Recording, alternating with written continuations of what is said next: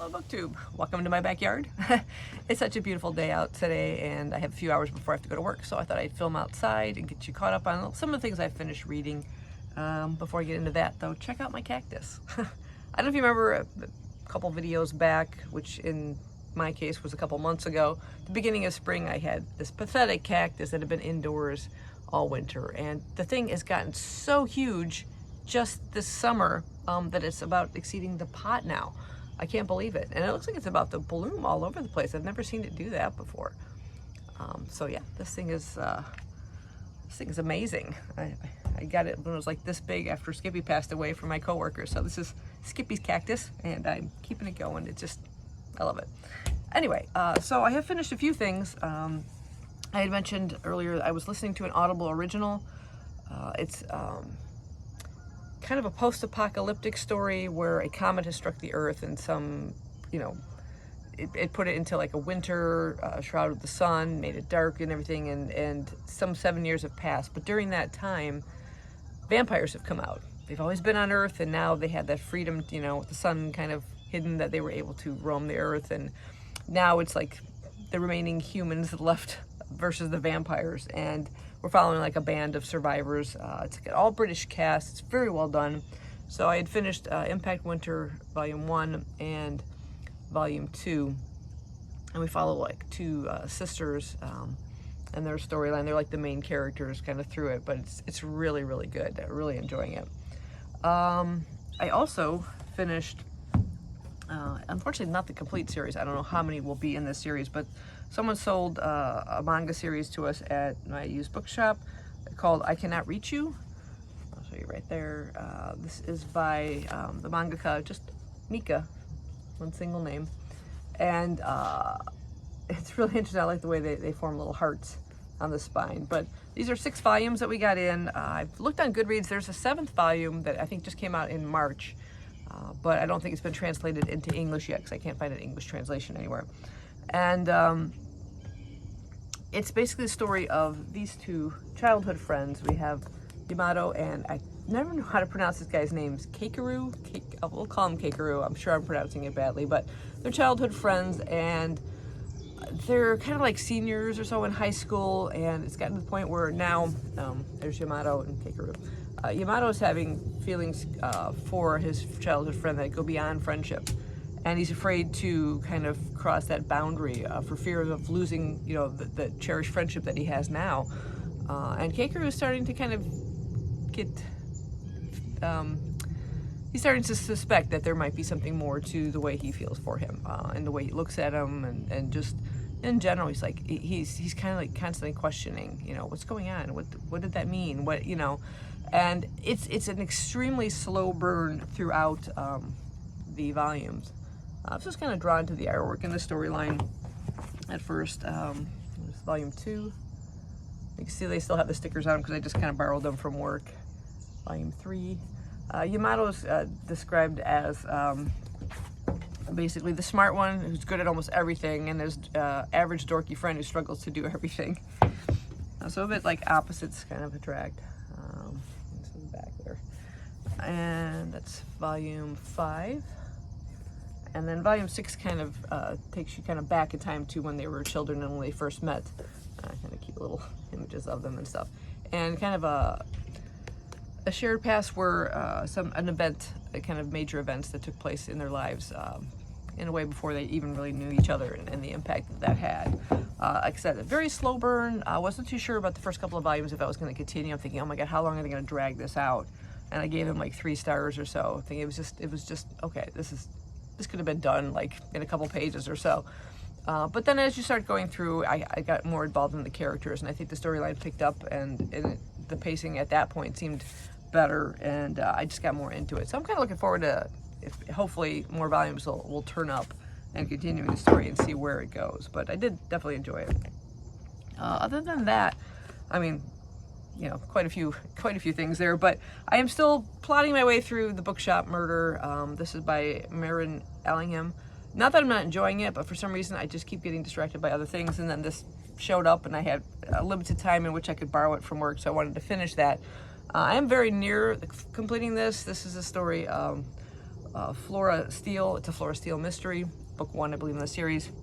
And she has taken over a bookshop in the small little town that used to be owned by her aunt who passed away. And it's kind of struggling. It's always been a struggling business, but it really takes a downturn when a body is found in the shop by a local author who's visiting to pick up his books. And he's a bit of a recluse. He doesn't get out, you know, he just kind of stays in his little house, you know, and writes his books and stuff. And now he's sort of drawn into this real life murder mystery because he writes murder mysteries. And he's trying to help Flora find out what happened. You know, how did this person come to be in the shop, because it was after hours? Why are they dead in the shop? The police believe it's just natural causes, but she suspects there's more to it. And apparently the villagers do too, because they don't want to frequent the shop. So, like I said, I'm very near the end of it. It's starting to, it's intriguing enough that I'm enjoying it, but I've like just been distracted. So I would definitely recommend it, though. I'm looking forward to like probably diving into more of the books in the series just to see what happens with these two main characters, because I think there will be some kind of romance or something down the road for them. And other than that, I've picked up a new audio, and hopefully you'll be able to see this. This is by Riley Sager, The Only One Left. I've never read anything by this author. It just intrigued me enough. It's basically like a Lizzie Borden-ish type story. We have this sort of, it takes place in Maine in about 1983, this house on a cliff. And we follow our main character, Kit. She's kind of a home health care person. And she has a bit of a sordid past herself, where she had been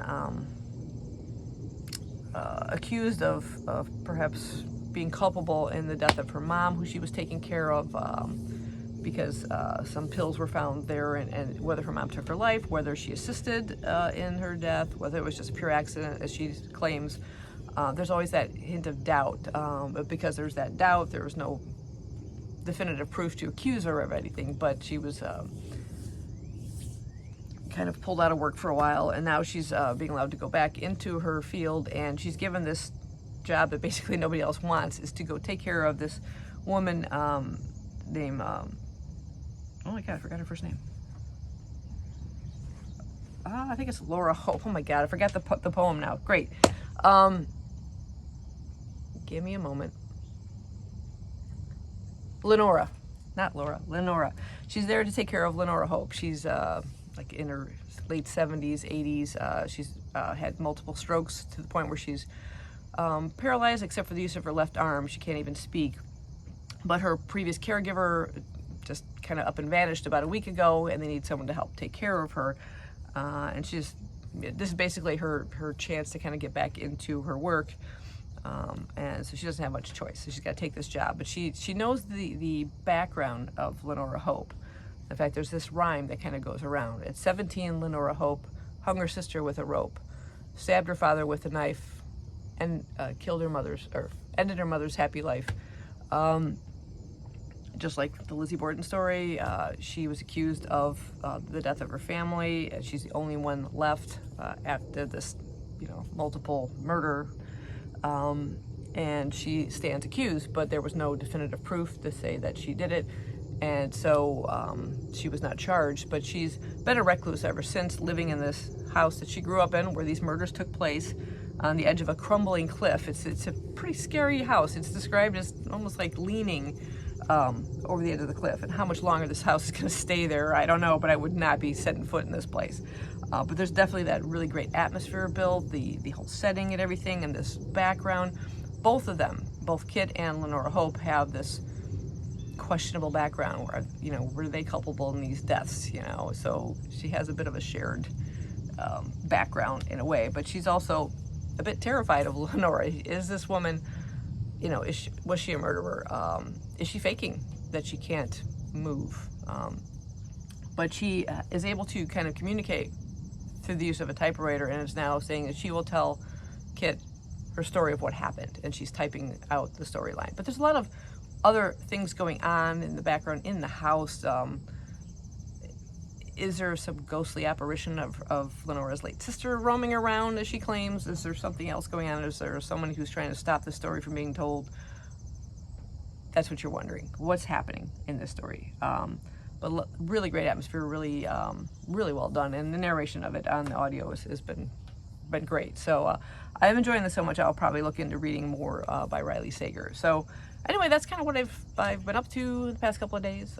Been, again, just taking care of Mom. Her cast had come off, and she was in like a little temporary wrist brace for a while. That finally came off yesterday, so we're moving forward into physical therapy. So that's nice to see. She's getting a little bit more mobility and doing things, and she's happy, and I'm happy. So thought I'd hop on and film a video for you. So anyway, beautiful day. Hope you guys are enjoying it.